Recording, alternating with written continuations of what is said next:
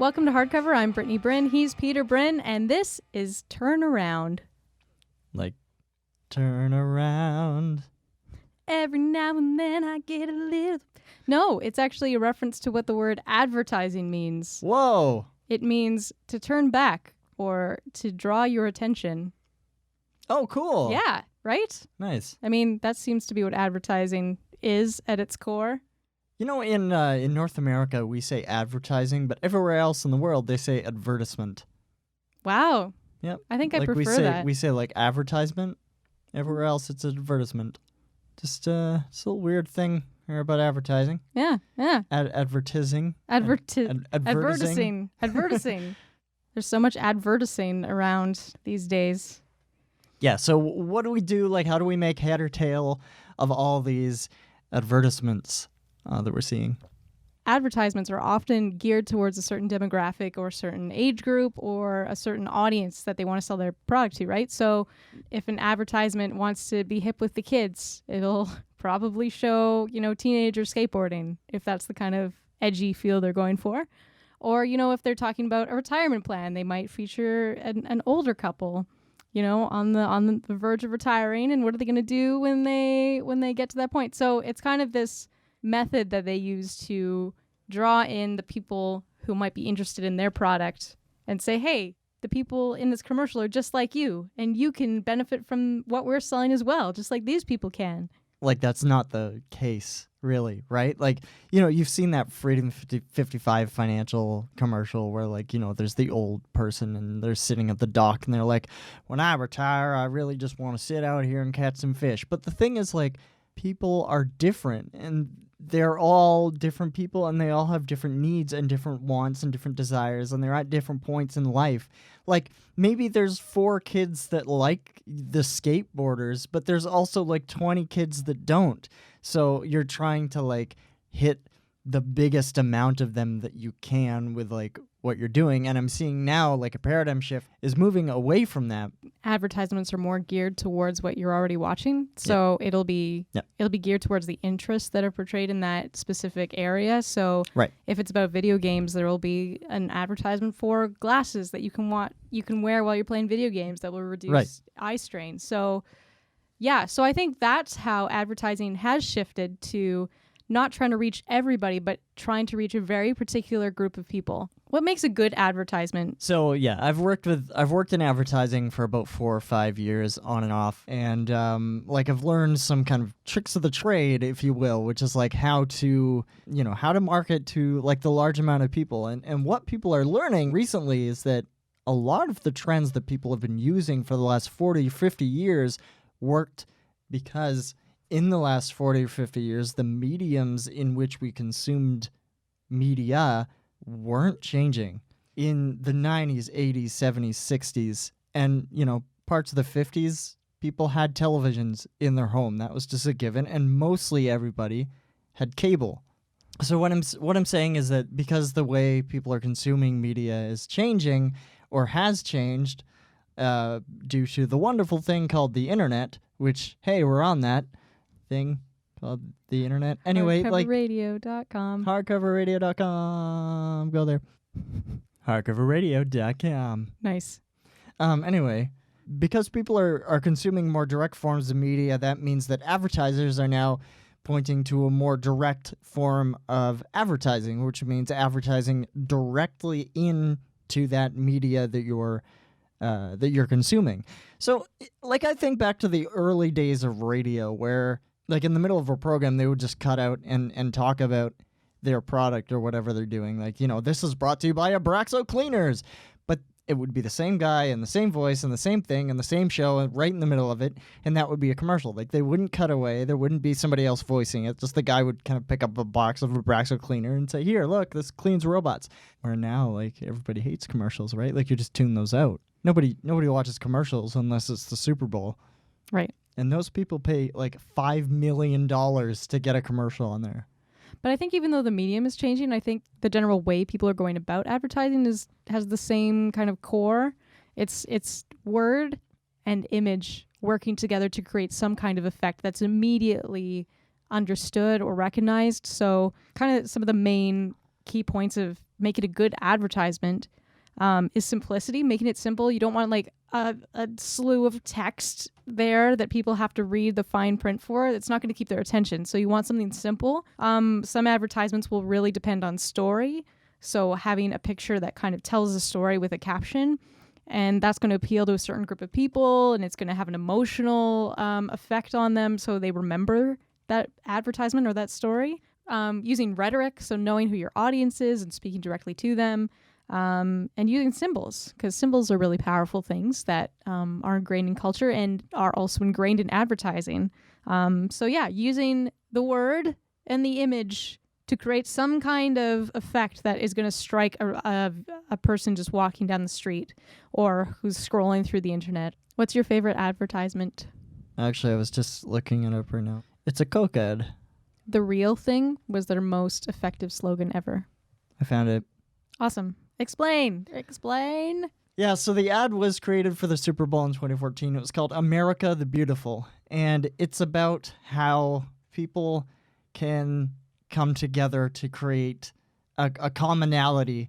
And it does focus around people drinking Coke because, it's Coca-Cola, right? Like that was their advertising thing. But it was great. It was people of all races and all cultures and all religious backgrounds and everything, and they all come together and they can all enjoy Coke and they can all make America like a better place. And it was set to like a rendition of America the Beautiful, and it was just such a wonderful commercial. Like the feels were just through the roof on that commercial. It was so good. It was better than the Darth Vader Volkswagen commercial.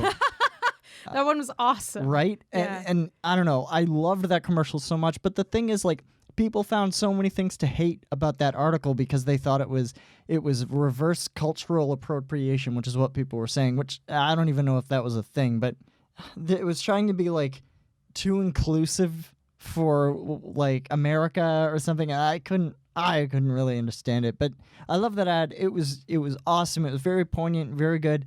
And yes, they were selling Coke, and I mean, it still got across because I was sitting here right now and I was like, oh, what's my favorite ad? Oh, I remember that Coke ad.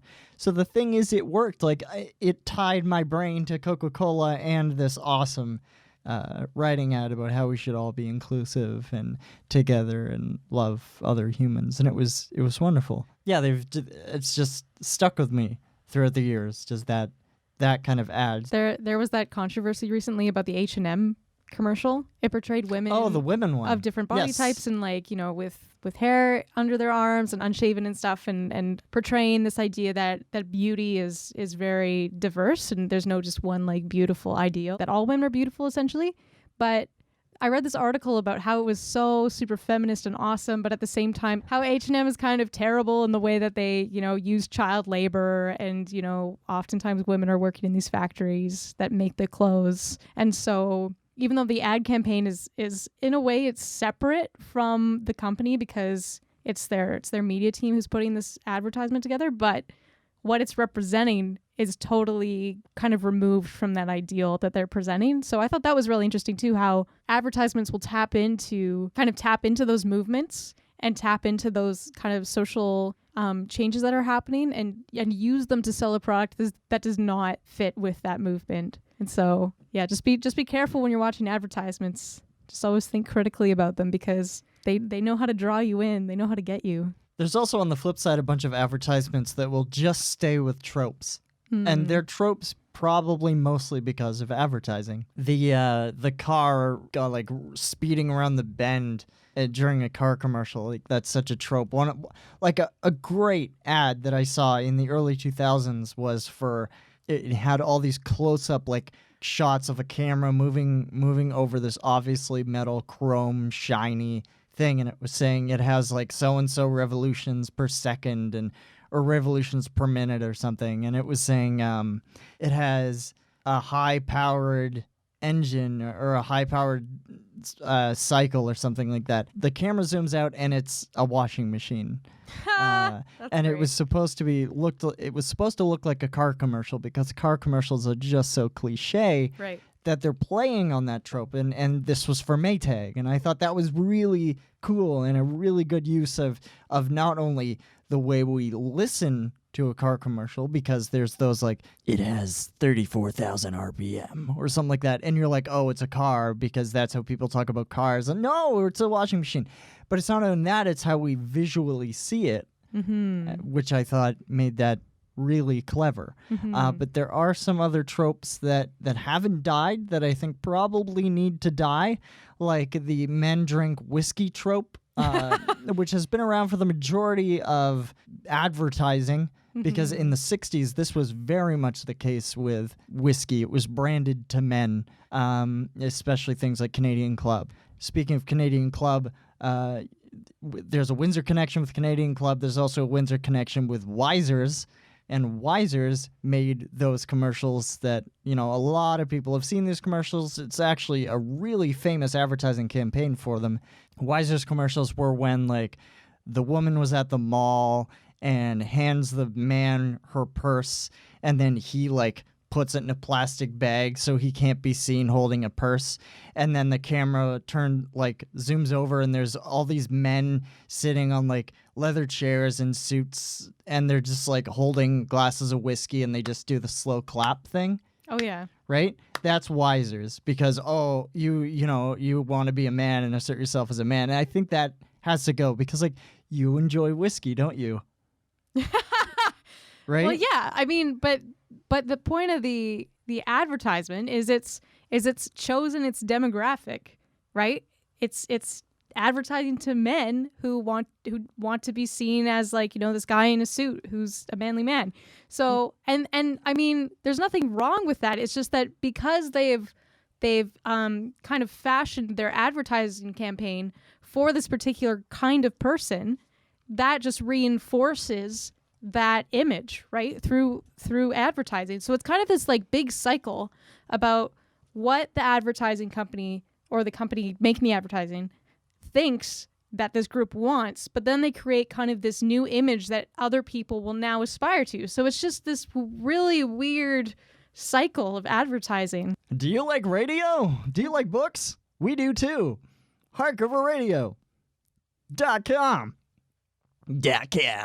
Let's talk about that for a second, like the image that the advertising creates, because there's something really important about the way words are used in advertising. Like there's this whole big thing, like articles have been written about it called word economy, where you need to fit enough buzzwords in 80 words, which is roughly the amount of words in a 30-second advertisement. Right. As you can. And there's things like people don't even listen to them anymore because they're so tropey and they've been done so many times that creative writers who are writing advertising, actually our friend Brent, our good friend Brent, yes, is a creative writer who writes advertising, and like they have to deal with this all the time. When I wrote advertising for a year, I really didn't like it because I had to constantly reinvent the way people were thinking. If you've ever listened to radio in the United States, you know that the content on the radio stations is fantastic. And the music on the radio stations is fantastic. But the advertising on the radio stations is awful.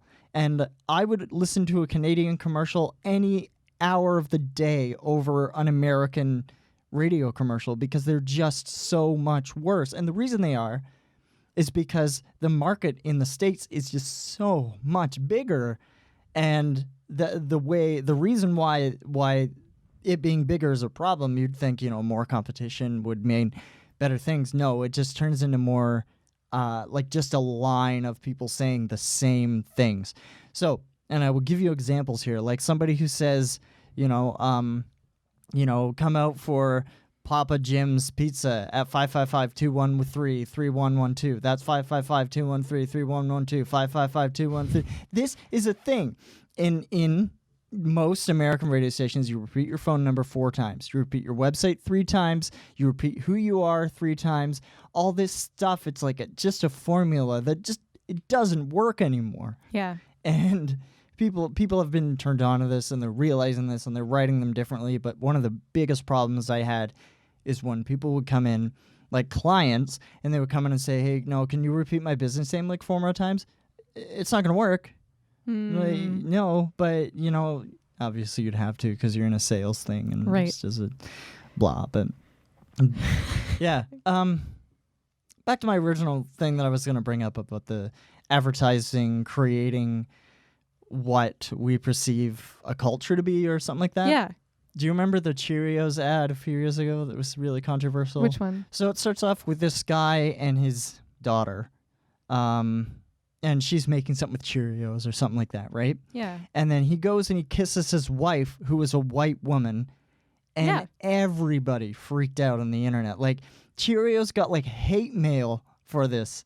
I can't believe it myself. Like, they even said such things as, like, interracial couples don't exist. Like, try to be more American. This is un-American. What? This kind of thing actually happened because, the way people saw advertising for the longest time was a heteronormative, non-mixed race couple. Like, it was white people. Or if they used black people to put a diversity kind of thing in there, it was just two black people. It wasn't a mixed race couple, and they certainly didn't have a child, right? Like, those things were big. And the first ad featuring two homosexuals who were in love, like, came out 2 years ago. Wasn't it Tide? It was, actually, it was I think it was a Tide commercial. Because I was going to bring that up. That Okay. it was just like, it was just normal. Like, it was portrayed in a positive way, and Yeah. it wasn't like it didn't make a thing of it, but it was just like, here's a family. Like, here's a normal American family. And then And I think advertising is trying to change the way we look at normal American families or normal Canadian families or normal what have you families. And there's still a large group of people who aren't being representatives like our First Nations people, but we are coming a long way from the heteronormative views of what advertising was for about 30, 40 years. something else that's cool about advertising is that they break a lot of rules. They break a lot of grammar and spelling rules. Sometimes they will use misspelled words on purpose to make a point. Wordplay is a big advertising strategy. What are you doing today? With Going to the words. water park? Ha! Oh yeah, that was That was a Windsor ad. that was It a Windsor for the water ad. park. Yes. What else do they do? There's a really famous ad that actually changed the way we use a specific word. I actually don't know the exact date of this, but it's the Winston ad. When I was in creative writing kind of classes, we talked about the Winston ad, which is when it was an ad for Winston cigarettes. And the Winston ad read, and had a picture of like a cigarette, I guess, and it said, "A Winston tastes good like a cigarette should." However, grammatically, it's "a Winston tastes good as a cigarette should." Now, the thing is, the first time I said that, you were probably like, what's wrong with that sentence? Because it's changed. Our vernacular has changed, and now we would say like where we would say as prior, right? It's kind of like how people of older generations will say by accident, like myself, like I did this by accident, whereas people who are younger will say on accident. Yes. Both are correct. It's like saying on purpose or by purpose. Both are correct. Although by purpose sounds super weird, which by accident is going to sound super weird soon. It's true. Yeah. Anyway, so there was backlash about this, and people like wrote into the advertiser creators, not because, cigarettes were harmful and stuff like that, but because they used the wrong grammar. And there were grammar Nazis then, and that kind of... There still are. Oh, there's definitely... Like, you just look at any YouTube comments. Yes. Someone's like, "You're an idiot." And then there's a correction right below it, like, "Why are you apostrophe R-E?" Like, Yeah, but you're right. Like advertising, that at one advertisement changed the way that we used a certain word, which is crazy. One of my favorite ad stories, one of Guinness's old slogans. Have you heard this before? It was Guinness is good for you. And they had to retract it because there was not enough medical evidence to support that Guinness was actually like healthy for you. Obviously they were going for like it's good for you like socially, or it's good for you because it tastes good, but people were like this isn't a healthy choice, and so they had to stop using that slogan. Advertising goes so deep now. Subway restaurants, for example, is owned by a company called, and I kid you not, they're called Doctors Associates Incorporated. However, it's spelled DOCTORS. It's not an association of doctors. It's just what they called their company. And everyone's like, oh, that's a healthy name. Like, I'll eat a Subway. Oh dear. You know? And yeah, I mean, like, that's just how deep and ingrained things are to make images look good. Mm-hmm. Yeah. Can I talk about claims? Because I learned about claims today. Oh, absolutely. Go ahead. There are different kinds of claims, and this may apply to a greater field than advertising, but I'm just going to talk about it in terms of advertising. So there's something called the weasel claim, and it's just one word in the slogan or the ad that undoes the rest of it, but it sounds good. So, for example, this product will leave your dishes virtually clean. Do you know what the weasel... Virtually is the weasel claim because you're saying virtually. So it's like, oh, not entirely. So if they're a little bit dirty, it's not our fault. But so you can weasel out of it. It still sounds okay, right? Yeah. The unfinished claim, this car is better. But it doesn't go on to say better than what. So it just leaves this unfinished sentence hanging there. So you're like, oh, well, it's the better choice, right? Or it's the better vehicle, or it's safer. So you kind of like make up the end in your head for what you want. You what you complete need. the sentence for the advertiser. Yep. Coke is a better drink than Pepsi? And Pepsi. I don't know. I mean, I would agree because Pepsi is awful, but, you know. Another one is the unique claim. So if there's nothing like it. Yep. Means you're getting something, that isn't like anything else. For sure. There's also things like the number one or the greatest or the largest or... the est. Yep. There's the water is wet claim, which I love. Things like Bounty towels like cleans up your mess, like that? Yeah. Oh. It's just something that's obvious, but they say it in a concise way and you're like, "Oh, well, yeah, of course." Like generic car, it can get you from point A to point B. And you're like, "Well, yeah, I hope so." I want to go from point A to point B. Sign me up. Where do I sign up for this car? Like that, yes, water is wet claim. Yes. There's the compliment claim. So something like, you like to keep your house clean. And you're like, yeah, I do. I do like to keep my house clean. Thank you for noticing. And then it's like... With a Braxo cleaner. Oh, the endorsement claim. Yeah. So like, this famous person buys this product, therefore you should too. Mm-hmm. Yeah. The Forrest Gump thing. Yeah. I loved it in Forrest Gump. There's a couple more like the scientific claim, so trying to use numbers and statistics. Rhetorical claim, so it'll ask a question that is like, do you like to keep your hands clean? And you're like, yes, I do. Sign me up for this soap. In advertising, you're not supposed to ask questions because people can say no, and you never want to leave people to be able to say no. So like, do you want a new car? You don't want to ask that because you want them to say yes, but they could say no. So you want to just start that advertisement by just saying, you want a new car. So that's the imperative. There it is. That's saying, do this, drink this, just do it, It's telling you, the consumer, what to do. And you're like, okay, you're being assertive and I'll just trust you. Speaking of just do it, Nike is very close to releasing their self-lacing shoes. Whoa, I'm so excited. And advertising is working on me. It's working like crazy because I want some. I hate shoelaces, man. I hate them. Do you hate shoelaces? No. You just said you did. Okay. One of my favorite advertisements in recent memory is the Game Grumps advertising on YouTube. Oh, yes.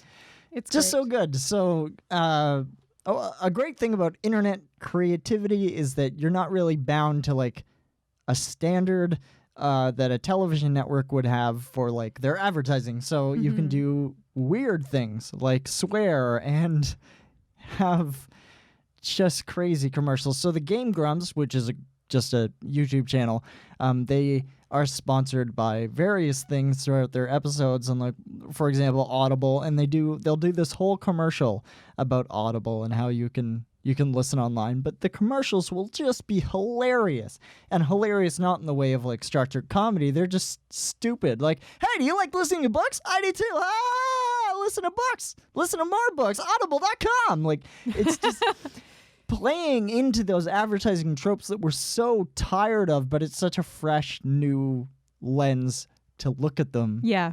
Some YouTube channels will be sponsored by something like Loot Crate, and in the middle of the whatever they're doing on YouTube, like a Loot Crate will just be thrown into the shot, and they'll be like, "Oh, what is this?"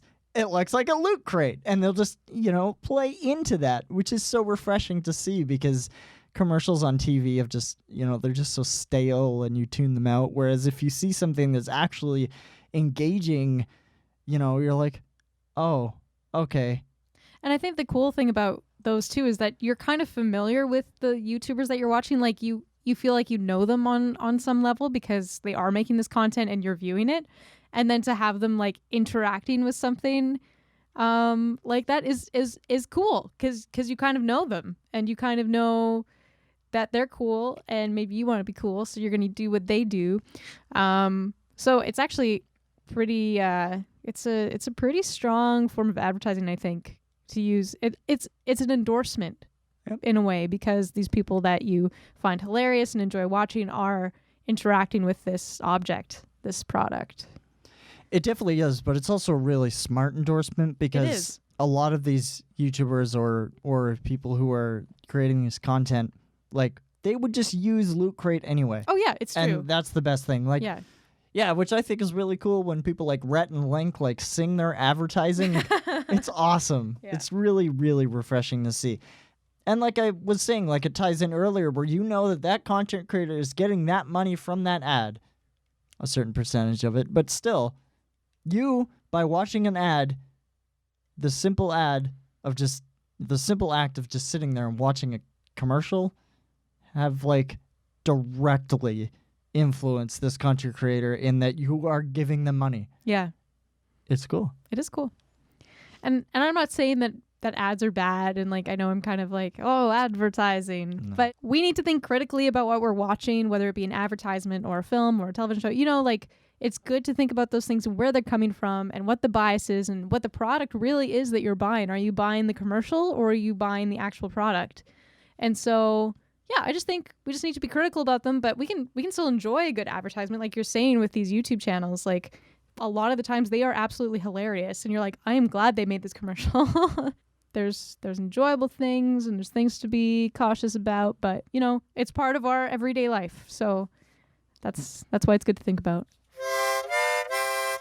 I'm not going to make you write a commercial. Yeah, no.